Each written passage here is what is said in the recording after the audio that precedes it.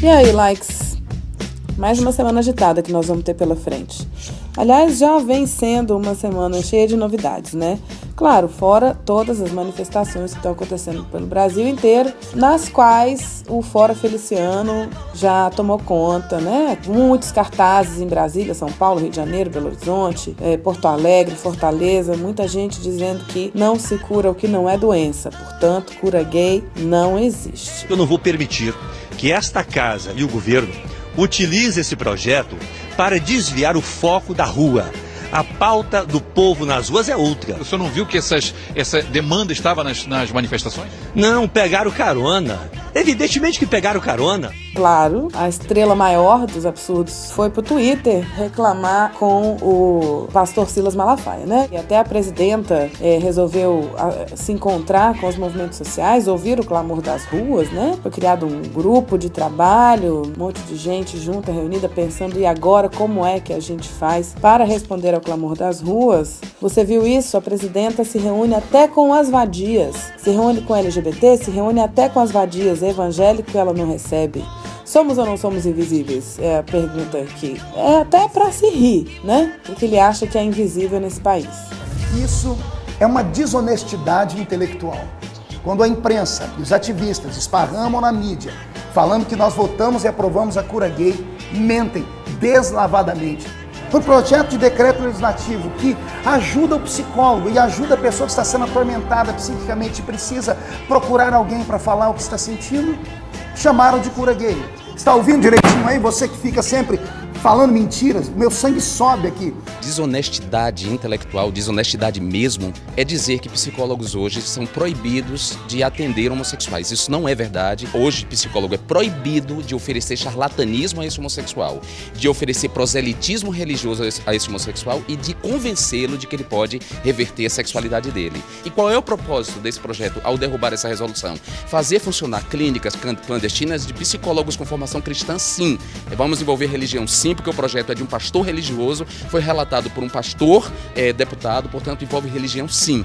E aí, a gente que estava aguardando o enterro, né, do PDC 234 de 2011, de autoria do deputado João Campos, ele não foi enterrado. O deputado João Campos, que é o autor, solicitou a retirada do projeto da tramitação. O plenário votou que sim, né? Apenas o PSOL, coerentemente, foi contra a retirada do projeto da tramitação, porque ele deveria, na verdade, ter sido votado e rejeitado em plenário para que a gente pudesse, de vez, enterrar essa proposta tão descabida. E dessa forma, tanto o próprio PDC 234 pode ser reapresentado no próximo ano, na próxima sessão, como ele pode ser reapresentado de outras formas, como aliás já o fez o deputado Anderson Ferreira, do Partido da República do Pernambuco, né, do PR de Pernambuco, que é também membro da bancada evangélica no Congresso Nacional. O deputado Chico Alencar já foi ao Facebook e já disse lá, incorrigível. O deputado Anderson Ferreira, do PR do Pernambuco, reapresenta o projeto da cura gay, ferindo o regimento, que ontem tinha sido retirado de tramitação pelo próprio autor, e disse que a iniciativa é tão descabida, pura provocação, que até o Feliciano está contra. Vão vendo vocês. Agora a briga vai ser grande, gente, porque quem não entendeu ainda, o negócio é o seguinte: o PSC, que é o partido do Feliciano, é um partido ligado às igrejas da Assembleia de Deus e suas ramificações. O PR é um partido ligado à Igreja Universal do Reino de Deus e suas ramificações, significando que os bicudos não se beijam, tá? Eles estão agora disputando quem é que vai ganhar mais voto de evangélico em cima da pregação de preconceito, ódio e discriminação contra homossexuais, tá certo? É isso que está acontecendo. Há homossexuais em sofrimento psíquico, sim, mas por causa de uma cultura homofóbica. E a maneira de dar fim ao sofrimento é colocando o ego dele em sintonia com o desejo, ou seja, levando ele a se assumir. Preste atenção. Esse projeto eu não votei. Esse projeto eu não criei. Gays não precisam de cura, não tem que ser tratados. Gays precisam de homens barbados.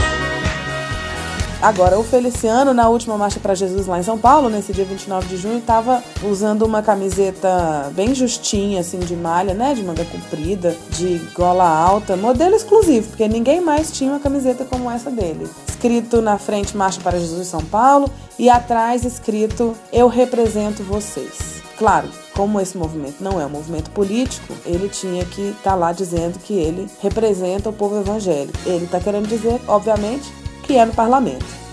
Em entrevista ao site IG, o Marco Feliciano disse, sabe o quê? Que se ele fosse gay, ele estaria sofrendo homofobia. Então, acho que ele começou a sentir na pele o que é isso. Quem sabe um dia dá um tiro na cabeça dele e ele entende finalmente que o que ele faz é realmente homofobia, incitação ao ódio, incitação à discriminação contra homossexuais e pessoas transexuais, né? Teu cabelo era grande, tudo, crespo, rebelde, igual uma eu vou pro céu. Estou progressiva. Aí o pessoal fala, ele tá querendo fazer isso para poder ganhar mais votos, ganhar mais visibilidade para a próxima eleição. Parece que não tá funcionando muito bem, né? Se o público da Marcha para Jesus de São Paulo desse ano teve 40% a menos de público comparado com o ano passado. Eu tô começando a achar que aquele negócio que nós falamos no último Livecast tá se confirmando. O pessoal fica falando cadê os evangélicos? Os evangélicos estão no meio das marchas lá, querendo melhorias também, querendo mais justiça, querendo transparência e querendo ética na política. E evangélico não é burro não, como bem diz o Malafaia. Evangélico sabe pensar também, evangélico sabe escolher bem e fazer julgamentos. Então, Feliciano, Malafaia, pessoal, abre o olho aí que evangélico tá entendendo o que tá acontecendo. O secretário-geral da Presidência da República, né, o senhor Gilberto Carvalho, que já tinha ido lá na Igreja Assembleia de Deus de Madureira, lá em São Paulo, foi acompanhado do ministro Crivella, que pediu uma salva de palmas para Dilma, porque a Dilma diminuiu os juros, quem mais paga juros é pobre, então menos juros, mais dízimo para a igreja. É um ministro de Estado falando isso, né, dentro da igreja lá, Assembleia de Deus de Madureira, e o Gilberto Carvalho estava lá do lado dele, né. Pois dessa vez, na Marcha para Jesus, lá em São Paulo, estava lá de novo Gilberto Carvalho, dizendo que a presidenta Dilma mandou dizer que o governo brasileiro apoia todas as igrejas, que não tem discriminação por religião e etc. E assim a gente vai caminhando, né? Vamos ver como é que Dona Dilma vai se rebolar nessas próximas semanas aí para dar conta do movimento LGBT, que obviamente está ocupando as ruas junto com as grandes mobilizações, junto com os partidos, sindicatos, com o movimento de mulheres que estão pedindo aí a descriminalização do aborto. E vamos em seguida, né? Vamos em frente, que o tempo ruge e a Sapucaí é grande. Valeu, likes! O horizonte utópico do socialismo, ele não me comporta, porque eu sou anticapitalista, mas assim... Não é o socialismo também. Mas não é o socialismo também, que a gente quer, entendeu? É um negócio cerceador, é quase cristão, é crente, é um negócio que tem... Não tô dizendo a você que... É dicotômico, a causa é a opressão, burguesia versus classes oprimidas, né? O mundo só funciona nesse esquema. Aí você tem oprimidos e opressores, né?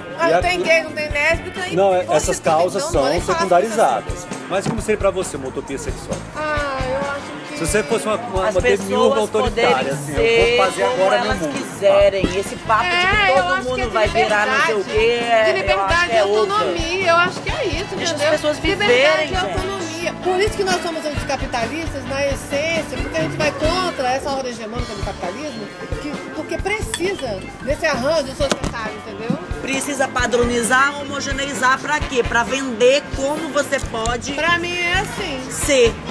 Você consome um modelo de casamento, você consome um modelo de sensualidade e erotismo, você consome uma forma de mover teu corpo dançando, entendeu? São as pessoas poderem decidir como viver e terem legitimidade e autonomia para colocarem seus próprios limites naquilo que decidem ou não viver, né? Esse é o meu horizonte utópico. A utopia sexual. Não sei qual que é não, mas é isso aí. É isso mesmo, entendeu? Você quer saber mesmo? Se o mundo virar socialista, eu acho que é piorar. Porque o patriarcado ele é muito anterior ao capitalismo, mas o capitalismo fez um casamento monogâmico com o patriarcado. Eu não acredito no socialismo. Acredito não. Porque a sexualidade não está contemplada nele primordialmente. Porque o nosso feminismo brasileiro, esse que a gente vive aqui, Ele é liberal norte-americano, ele é liberal norte-americano, total. Eu mesma sou uma feminista dessa perspectiva do pós-colonialismo. Acho que algumas teorias, algumas não, todas elas, inclusive as do socialismo do século XIX, elas servem para algumas coisas, mas a gente precisa fazer ressignificações. Todas elas bebem no pós-colonialismo, né? De forma estruturalmente colocada, né? Porque, veja bem, eu não posso pegar para mim a mesma matriz de opressão que viveu a Europa, entendeu? Na Revolução Industrial. É uma outra coisa. Classe operária lá é uma coisa, aqui é outra.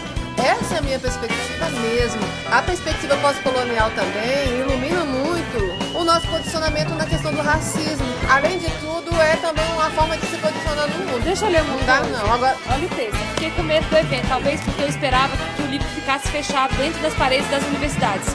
Mas mesmo antes da Beck chegar, as coisas começaram a acontecer. O Pasquim fez uma entrevista preparatória comigo. Lá estavam Glauber Rocha, Paulo Francis, Jaguar, Ziraldo e toda a patota. Foi só aí que percebi o que o feminismo realmente significava para os homens da época. Tenho certeza de que os jantei, porque eles não sabiam nada das articulações da opressão das mulheres com o econômico. Só pensavam no medo que as novas mulheres lhe causavam. Falou que foi escroto o que o Pasquim fez com ela e a Betty. Isso foi o bastante para chamar a atenção de toda a mídia. Quando Betty Friedan chegou, as coisas explodiram. Os jornalistas subiam nas árvores em frente à casa onde ela estava hospedada, na casa da Barra da Tijuca. Nunca me passara pela cabeça que aquilo pudesse ser tão frenético. Era nos tempos mais duros da ditadura.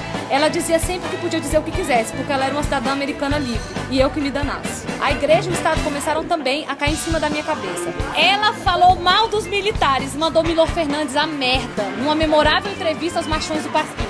Até hoje, no mais recôncavos cantos desse país, sua figura é reconhecida, ridicularizada e temida por homens e mulheres. Ela começa a falar aí por que o feminismo ficou associado a mulher feia, raivosa e não. Porque o Pasquim fudeu com as feministas, porque a Betty Friedan era mal. Meu, esse livro é animal, esse livro é animal.